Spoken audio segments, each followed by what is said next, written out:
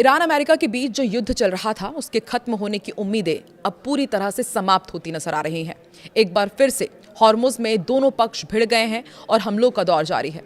America ईरानी सैन्य ठिकानों पर बम बरसा रहा है और ईरान खाड़ी देशों में मौजूद उनके सैन्य बेसेस को निशाने पर ले रहा है। इसी बीच अमेरिका और चीन एक दूसरे पर ईरान को लेकर के आरोप लगा रहे हैं।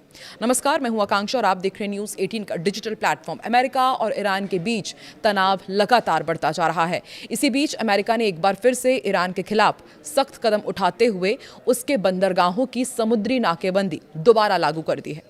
अमेरिकी सेना के मुताबिक ये नाकेबंदी पहले भी अप्रैल से जून के बीच लागू की गई थी और अब इसे फिर से शुरू कर दिया गया है। इसका उद्देश्य ईरान पर दबाव बढ़ाना बताया जा रहा है।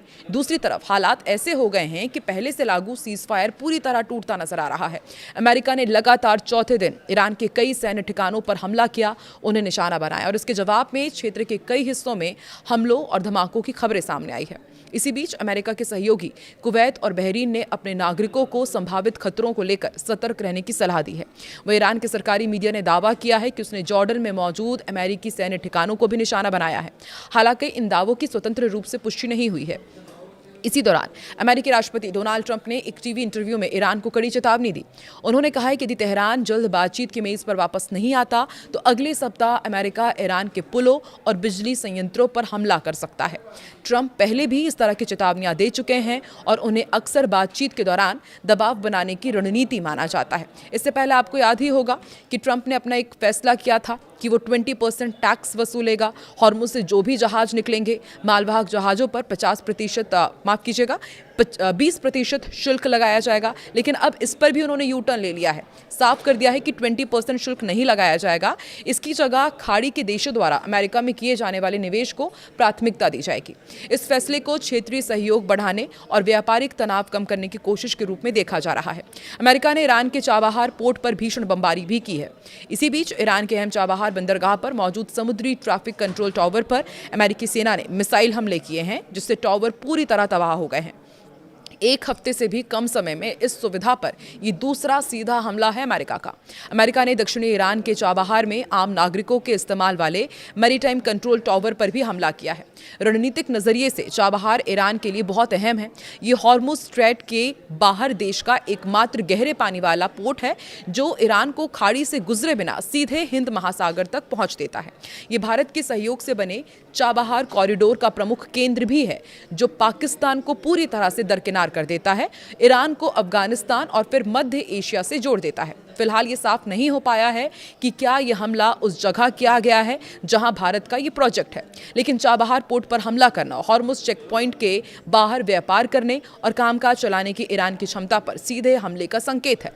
ईरान के पोर्ट्स और मैरीटाइम अफेयर्स अथॉरिटी के अनुसार प्रोजेक्टाइल हमले से वॉच टावर को इंफ्रास्ट्रक्चर काफी नुकसान पहुंचा है।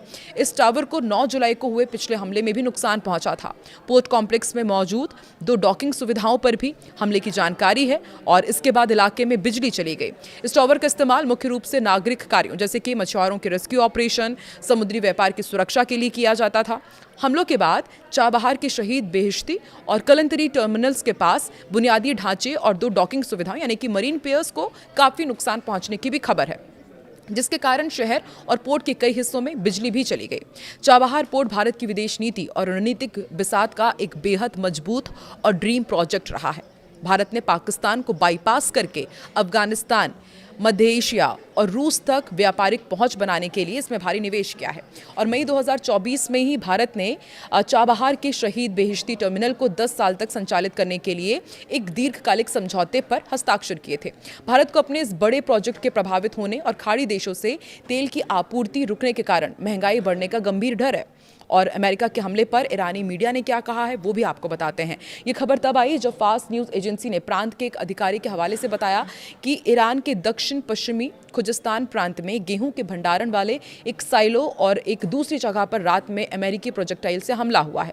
आपको बता दें, स्ट्रेट ऑफ हॉर्मुज को लेकर अमेरिका और ईरान के बीच तनाव बढ़ता जा रहा है। ईरान ने इस्लामाबाद शांति वार्ता को खत्म करने की घोषणा कर दी है। तो एक तरफ इससे पहले डोनाल्ड ट्रंप ने सीज़ फायर को ख़त्म बताया था और अब दूसरी तरफ इस्लामाबाद शांति वार्ता को ख़त्म करने का ऐलान ईरान ने भी कर दिया है। पोर्ट्स को निशाना बनाया जा रहा है और साफ है कि इसका असर एक बार फिर से पूरी दुनिया की अर्थव्यवस्था पर पड़ेगा। आपको क्या लगता है कि एक बार फिर से कि अमेरिका, ईरान और इजराइल के बीच इसी तरह से जंग जारी रहेगी, आने वाले दिनों में कुछ राहत मिलेगी या फिर से दुनिया में बहुत बड़ा एक संकट बढ़ चला है?